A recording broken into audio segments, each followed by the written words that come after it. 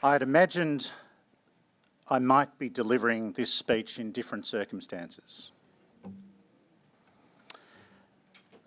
The year is 2030. I thank you, Prime Minister, for deciding to issue an apology to refugees exiled to offshore detention on Nauru and Manus Island in Papua New Guinea by previous Australian governments. And I thank you for the opportunity to advise on what this apology should say. It is now some years since the last of these people was evacuated. In 2023, the last refugee was brought back from untold suffering to safety here. The uncomfortable truth which our nation must confront is that we had to rescue her, finally, from the suffering we sent her to. Over the last decade, the momentum of our times has reached the point where we have no choice but to say to those people who came seeking asylum how so sorry we are for the harm and the inhumanity inflicted on them. Now is the time for our nation to fully acknowledge and reflect on the damage that was done in our name. Now is the time to write a new chapter in our nation's history. Prime Minister, I have prepared for you this outline of what should be said by way of an apology issued by you on behalf of our nation. The apology must be unreserved. It must be unconditional. It must start with some critical context. It will need to sketch the details of what occurred. The apology must first and foremost be made to those people who suffered directly at the hands of the policy. That is, the women, the men and children, the families who fled in fear and sought safety here. Who sought safety here but were forcibly transferred to the Pacific nations of Nauru and PNG under the so-called offshore processing policies of successive Australian governments, backed by laws passed by the Australian Parliament. We need to acknowledge that our parliaments made this inhumanity and injustice lawful. The Pacific Solution Policy was instituted twice. First from 2001 to 2007, and then from 2012 to 2023. In total, 5,814 people were exiled. This number was minuscule compared to the scale of forced displacements. Many of these people had fled from extreme brutality and oppression in countries like Afghanistan, Iran, Syria, Sri Lanka, Somalia, and Iran. This explains why the great majority of those people were judged to be refugees. Yet these vulnerable and innocent people were subsequently consigned to human warehousing offshore in deeply inhumane and degrading conditions, prison-like conditions, conditions of arbitrary and indefinite detention effectively funded and controlled by previous Australian governments. Prime Minister, these people know what they suffered. And so many of them, in so many ways, still bear the deep wounds and enduring scars of their horrific ordeal. But for each of them, and for the wider Australian population, many of whom may not be aware, it is important to remind the nation of what actually occurred. We must recall the sheer scale and nature of the horror and the cruelty. Prime Minister, you should, on behalf of the Australian Government, the Commonwealth Parliament, and all Australians, unreservedly say sorry to those who suffered the pain, the indignity, the trauma, the brutality, the degradation, the destruction of lives, and the scars of devastation this cruelty has left. It was and remains a deep attack on our most basic sense of humanity. We are so sorry. 7.5 decades ago, in 1954, we signed up to the Refugees Convention. In doing so, we made a sacrosanct promise to protect and to defend refugees, to welcome and embrace refugees, to uphold the inalienable rights of freedom and human dignity, to help, not harm. But that promise was betrayed by successive governments. Our parliamentary representatives enacted one of the harshest anti-asylum and most comprehensive anti-asylum seeker systems in the Western world. The terrible truth is that some of the world's most persecuted people were repelled by our Navy. They were turned back at sea or were exiled and imprisoned on Nauru and Manus for years on end.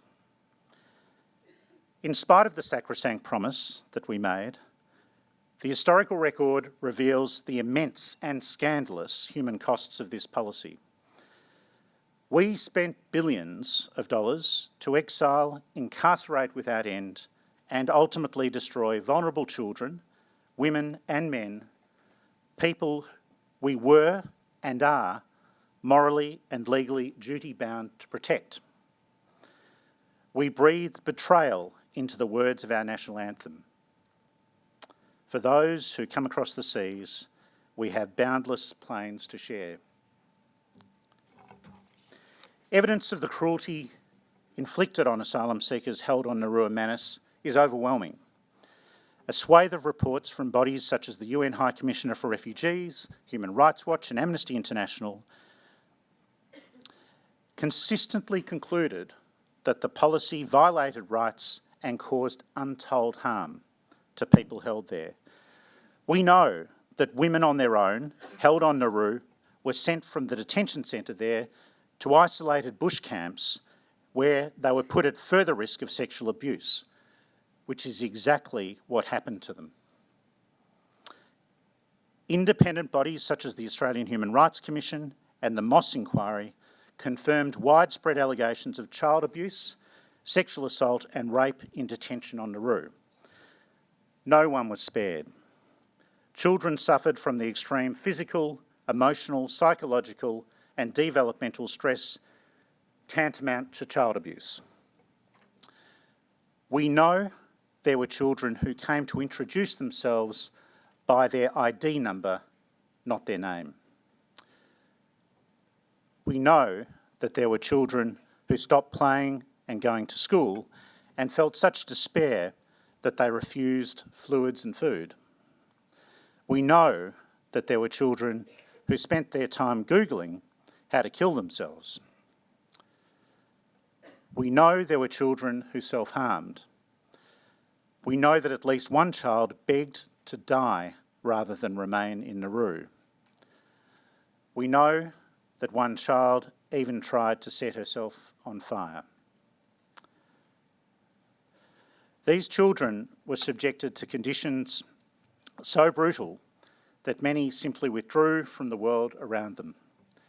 Medical experts identified the outbreak of a rare psychiatric condition known as resignation syndrome. We acknowledge that for many, the damage wrought cannot be undone. It endures. For this, we are so sorry. The uncomfortable truth is that Australian governments locked themselves into policies of deterrence that prioritised the protection of borders at the expense of protecting people.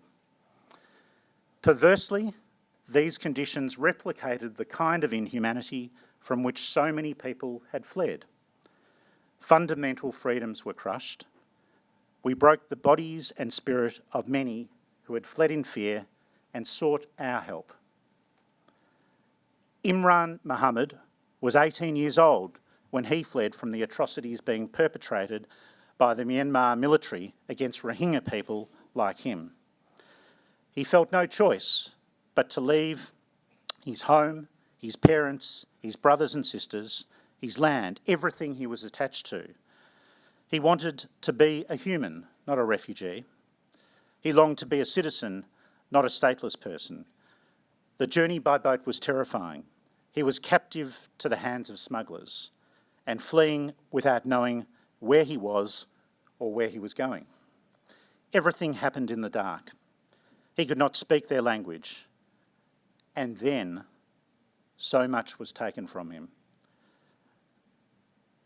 Writing from his new home in Chicago, in the United States, after 6 years of torment on Manne, having, in his words, emerged through the beauty and gift of writing, which he learned on Manne, he wrote this: "I thought I'd lost all hope when the Australian government forcibly moved me to Manne Island on October 29, 2013. For so long, my life was controlled. It was not mine. I was not allowed to live the way I wanted. I saw what I didn't want to see. I ate what I didn't want to eat. I wore clothes I didn't want to wear. I heard what I didn't want to hear. I slept when I didn't want to sleep. I was treated in a way I didn't want to be treated, and I lived where I didn't want to live. The pressure I was under was enormous, enough to break me into 1,000 pieces and strip me of the things that helped me feel like a human being. There was not a single moment for me to feel what I wanted to feel. It was like I was living for the rest of the world, but not for myself. This is one of the many thousands of harrowing stories which demand an unreserved apology. The neglect was so severe that our government were forced to evacuate many people back to Australia for emergency treatment, but in many cases only under legal threat. Indeed, some had sought our protection and then lost their lives on our watch. Appalling and utterly avoidable medical neglect proved fatal. Hamid Karzai, a 25-year-old man in his prime, held on Manne Island, died from a leg infection which could and should have been prevented. Some became so broken they took their own lives. Some were subject to additional brutality from those who were meant to protect them. A 23-year-old man, Reza Barati, was killed by this brutality. Prime Minister, the names of those who lost their lives must be spoken.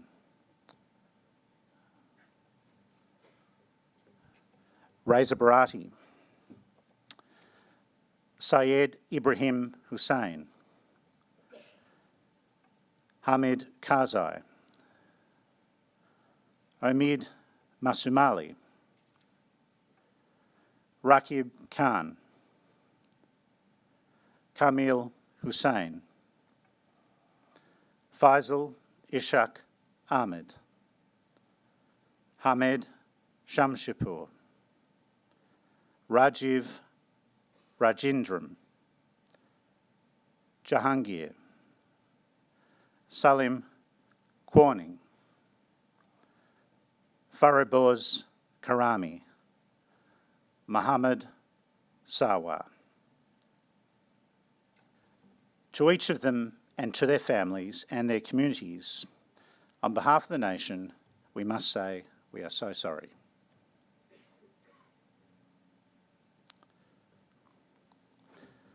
Previous governments went to extraordinary lengths to hide the appalling abuse. The wall of secrecy was seemingly impenetrable. Media access was severely restricted, and laws were passed under which doctors, nurses, and others working in the system faced imprisonment for disclosing the abuses. In spite of this, many still felt compelled to blow the whistle on what they had witnessed. Prime Minister, with this apology, you may wish to consider whether we are, as a nation, now ready to write into our official history, here, the words of Behrouz Booshani, a man, a writer, a refugee, who suffered brutality and bore witness to it through his prophetic writing while held for years on Manne Island.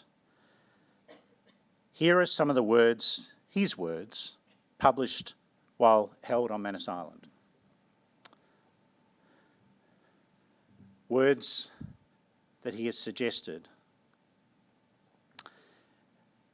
This issue must be understood as the annihilation of human beings, the incarceration of human beings within the history of modern Australia. It is a long history, a comprehensive history. It is intertwined with colonial history. This form of affliction, inflicted on people in similarly vulnerable situations, has always existed in the history of modern Australia. Pain and suffering systematically inflicted on defenceless and vulnerable bodies. People who are not recognised as humans, not recognised as embodying human dignity. People who are debased. People who are subject to discrimination. Australia is a developed country. Australia has invested significantly in the arts, in intellectual life, in cultivating culture. Australia is generally known for being a country of goodwill, but one aspect of the history of this country has always been associated with violence and affliction. Modern Australia must not always be interpreted in terms of successes, its beauty, and its achievements. This is the reality. Manus and Nauru are part of Australia. These prisons have had a profound effect on Australia's political and culture and society. It is true that the current generation is not fully aware of this reality, but undoubtedly, in the future, Australia will come to fully understand the consequences of this political strategy and its violent impact on the nation. A central part of Australia's history relates to its forgotten people. This writing that comes out of Manus is the unofficial history of Australia, a history that will never be authorised by the government.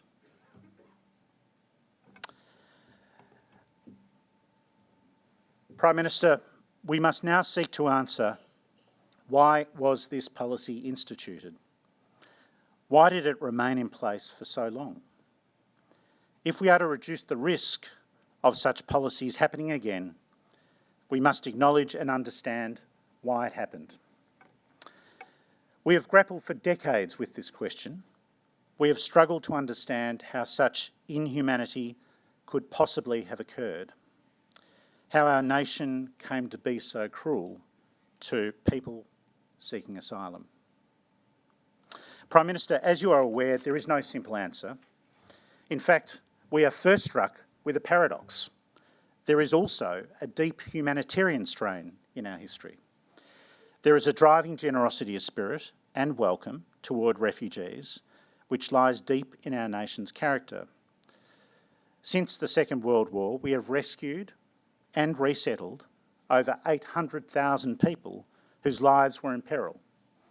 During the Indo-Chinese refugee crisis of the 1970s and 1980s, we gave sanctuary to over 177,000 persecuted people. They were given the chance to rebuild often shattered lives.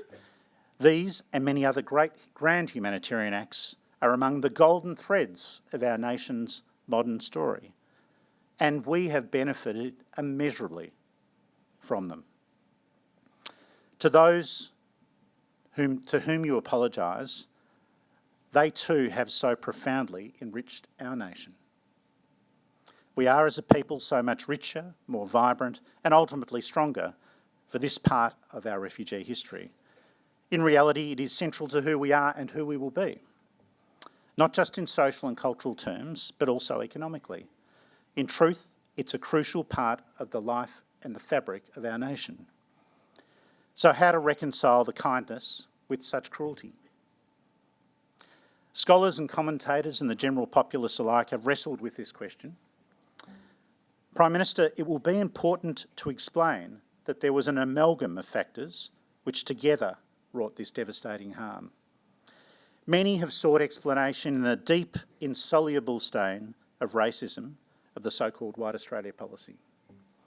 But while it may have been a factor, it does not fully account for what happened. We know that the policy was instigated amidst a public atmosphere of fear and political hostility toward people seeking asylum by boat. And this brings us to events which unfolded in August and September 2001 in waters northwest of mainland Australia. Notoriously, 433, mainly Afghan people, seeking asylum en route to Australia by boat, were rescued by a Norwegian cargo vessel, the MV Tampa.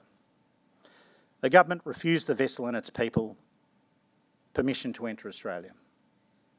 These men, who were mostly fleeing the Taliban's violence and cruelty and tyranny, were transferred by Australian troops to a naval vessel and then to Nauru. We were told that they were not people with problems, but people who were a problem. They were turned into people not who were threatened, but who posed a threat. They were turned into people who had not fled from terror, but who were alleged terrorists. A small-scale humanitarian emergency was morphed into a national military crisis. Political leaders perpetuated toxic myths designed to demonise and dehumanise innocent people desperately seeking our help. They were accused of jumping queues which did not exist. They were accused of acting illegally when seeking asylum is a right, not a crime. They were even falsely accused of casting their children overboard into the ocean. And when hopelessness and despair led some to self-harm, they were accused of moral blackmail. Prime Minister, I propose the following words. We are so sorry. We now acknowledge that you were people with problems and not people who were a problem. We could have and should have helped you, not harmed you. We are so sorry. The Tampa crisis also turned asylum policy into a deeply politicised issue for the nation. An era of bipartisanship in which our nation laid out the welcome mat for refugees was shunned and destroyed. The treatment of people seeking asylum became a political football. It took centre stage in the arena of political opportunism. What ensued was an almost interminable jousting over who could be harsher toward vulnerable people seeking our help. The door to dialogue about a more humane policy was slammed shut. Deterrence drove the policy approach. Deterrence of people seeking asylum by boat. Stop the boats became a common political war cry. The political logic underpinning the policy was inherently brutal. The more painful the penalty, the more effective the policy. It suddenly became acceptable to expel a small child to Nauru to inevitable abuse, in order to deter others from coming. Refugees became human shields. Conscious, calculated cruelty became not only justified, but necessary, purportedly in the name of stopping the boats, protecting our borders, breaking the business models of people smugglers, or even saving lives at sea. The revival of the Pacific Solution policy in 2012 was partly justified by humanitarian concerns that something needed to be done about the tragic loss of lives at sea. Some were no doubt motivated by genuine concern. From others, it appeared disingenuous, particularly from those with no history of such humanitarian impulse. Many profess to be motivated by saving lives at sea while promoting a system which destroyed lives on land. As the camps on Nauru and Manus Island reopened, crocodile tears flooded the floors of Parliament. The question which arose then was, did the unnecessary and inevitable harm justify the means? And we, as a nation, answered wrongly. And we are so sorry. The ethical rock on which our nation's approach must be constructed is the conviction that deliberate cruelty is an unjustifiable abuse of human dignity of people whom we are obliged to protect. And the ancient dictum which should guide our nation's approach, that the true measure of a society can be found in how it treats its most vulnerable members. Prime Minister, in searching for reasons, some have delved deeper into social and political culture in our nation. Some, like Robert Manne, have identified a deeply entrenched culture of control in immigration, in Australian immigration. The objective there became that not a single boat should arrive at our shores, a sentiment epitomised by the haunting words of the then Prime Minister. We will decide who comes to this country and the circumstances in which they come. From this, we saw the rapid expansion of the detention system, devoid of regard for the purpose and the people ensnared in it. Even with no boats arriving for years due to the militarised deterrence measures, people were still consigned to slow-motion destruction offshore for years. This was aided and abetted by an extreme form of groupthink in which not a crack of light could be let into the edifice. Institutional irrationality and paranoia prevailed. Not a single exception, not a single act of compassion, not one sick child freed could be allowed, lest a flotilla of boats converge in our country and the entire system face collapse. That was the thinking. And so the heart of the nation hardened. Barbaric acts became banal and normalised in the bureaucracy. We lost the ability to see how inhumane our government and political system could be to people seeking our help. In the face of this state-sanctioned evil, the nation did not flinch. Our nation lost its way. We are so sorry for breaking the bodies, the minds, the spirits of those who believed they would find freedom and sanctuary with us. Prime Minister, it will be very important to acknowledge that not all of the nation was silent about the injustice. We know that many people across the nation, from all walks of life and from all corners of the country, from cities, to suburbs, to regions, to rural areas, staunchly opposed the inhumanity. Prime Minister, many of those who suffered have told us how much this support meant to them. A sense of solidarity, of friendship, a connection and respect for people's basic humanity. And Prime Minister, I again return to the words of Imran Muhammad, the Rohingya refugee, whose words capture this. The world would have known nothing of us without the tireless work of lawyers, journalists and advocates in Australia. It would have been lost in a sea of evil without the generosity and kindness and pure love and care we received from our Australian supporters. Prime Minister, you will also need to acknowledge the unceasing collective efforts of those who sought to change the policy approach. Here and offshore, doctors and nurses rendered emergency care. Lawyers broke the barriers of access and challenged injustices in the courts.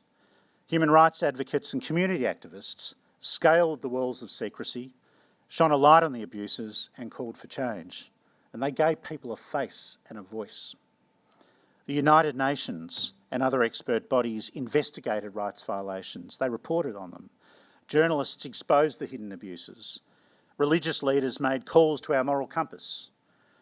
And school kids, mums and dads and grandmothers sent letters to men on Manne, and they sent toys to kids on Nauru and took to the streets to call for an end to the inhumanity. Whatever mandate was claimed at the time by politicians for stopping the boats, there was never a mandate to mistreat people in this way. But despite these efforts, the uncomfortable truth is that the policy persisted for far, far too long. There was a failure to persuade the public of credible alternatives and of the need for change. It would be wrong to criticise those who tried to stop the policy, but for many years it persisted and we must look at why. Prime Minister, we need to have an honest and open conversation, a national dialogue. First, we will need to acknowledge that the underlying reasons which led to the Pacific solution still linger. Let's not deny or delude ourselves that this could not happen again, given the amalgam of factors which led to it. They do lurk and linger. The global pushback of people fleeing persecution now only escalates in 2030. A fearsome gale blows in the direction of conservatism, ultranationalism, nativism, anti-immigration, and populist xenophobia and racism. In 2020, 70 million people were forced from their homes. Now, in 2030, it has reached 100 million. In the face of one of history's greatest eras of forced displacement and humanitarian need, and amidst the ravages of climate change with a proliferation of fires and floods and droughts and food shortages, of famine and entire nations disappearing, many countries have responded by bolstering more borders, erecting more fences and building more walls to shut more desperate people out. How do we ensure that we don't resort to a similar response in the future? What can we do to mitigate the factors which threaten a reoccurrence? This apology must come with a solemn pledge to the nation to learn from the lessons of the past so that we avoid ever venturing back down that dark path again.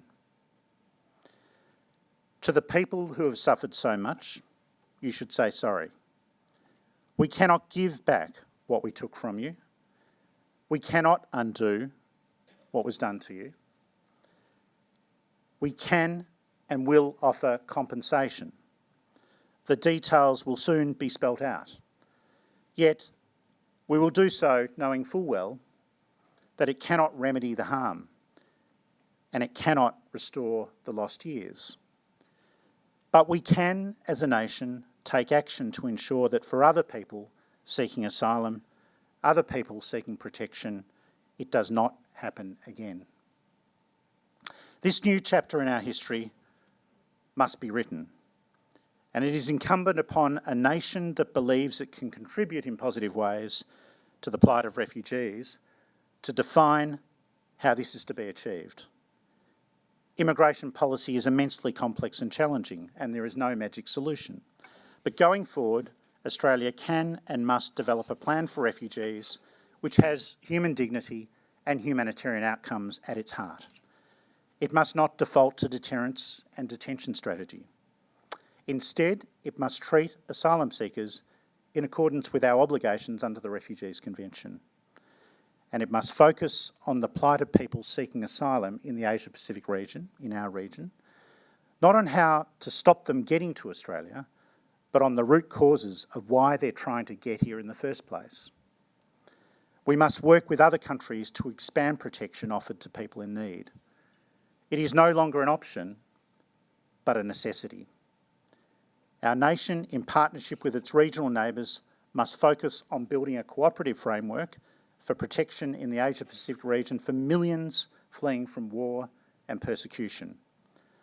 The billions previously spent on the misery of offshore processing should instead be invested in working with countries hosting refugees, such as Malaysia and Indonesia, to share the responsibility for rescuing, fairly processing, humanely hosting and resettling of refugees. But for far too long, our nation has shirked its responsibilities and deflected them onto others. This must end. We must now shoulder our fair share of responsibility, and we must start by taking action to expand our own generosity, by committing to a significant lift in our annual intake of refugee resettlement. It is only by committing to such concrete actions that we can make real for refugees who suffered the profound depths of our apology to them. Together, we must expand our sphere of kindness. What's at stake is not only how we treat the vulnerable, but what we teach our children in doing so. We need to rediscover a place in our hearts and minds, a place in playgrounds across our country, so that our nieces and our nephews, our sons and daughters, are able to share these playgrounds with asylum seeker children instead of ever witnessing them being sent to prison-like conditions again. The real challenge facing our nation is not the next boat arrival. The real challenge is how our country can find its way back on the treatment of refugees so that we honour our commitments under law, so that we honour the values of human decency which underpin them, and so that we honour the well-being of one another as fellow human beings of equal and precious worth. We are so sorry we dishonoured your humanity. We promise never to go down this dark path again, and we promise to uphold in word, in spirit and in action the fundamental principles of humanity for those who may, in future, seek our protection. We will embrace this future with the unflinching conviction that it is also fundamental to the nation that we want to live in, dream of, and defend.